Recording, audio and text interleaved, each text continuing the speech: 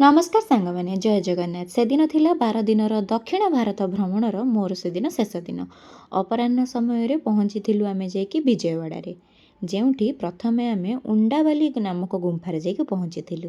ଇତିହାସରୁ ଜଣାପଡ଼େ ଯେ ଏହି ଗୁମ୍ଫା ଗୁଡ଼ିକ ବୁଦ୍ଧ ଧର୍ମାବଲମ୍ବୀମାନଙ୍କ ଧ୍ୟାନ ନିମନ୍ତେ ବିହାର ରୂପେ ନିର୍ମାଣ କରାଯାଇଥିଲା, କିନ୍ତୁ ପରବର୍ତ୍ତୀ ସମୟରେ ଏହା ହିନ୍ଦୁ ମନ୍ଦିର ରୂପେ ପରିବର୍ତ୍ତିତ କରାଗଲା।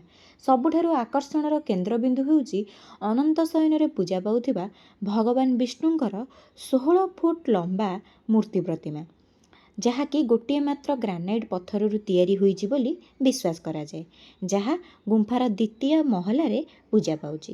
ବ୍ୟକ୍ତିଗତ ଭାବରେ ମୁଁ ଯାହା ଦେଖିଲି, ବିଷ୍ଣୁଙ୍କର ମୁହଁ ସେହି ପ୍ରତିମାରେ ଶୈଶବ ବାଳକର ମୁହଁ ସଦୃଶ ତିଆରି କରାଯାଇଛି। ହୁଏତ ଏଥିପାଇଁ କୌଣସି କିମ୍ବଦନ୍ତୀରେ କୌଣସି ତଥ୍ୟ ଥିବ, ମୁଁ ତ ଜାଣିନାହିଁ। ଏହି ଗୁମ୍ଫାର କାରୁକାର୍ଯ୍ୟ ଉଭୟ ଗୁପ୍ତ ଏବଂ ଚାଲୁକ୍ୟଙ୍କ କୀର୍ତ୍ତିରାଜର ମିଶ୍ରଣ ବୋଲି ଜଣାପଡ଼େ।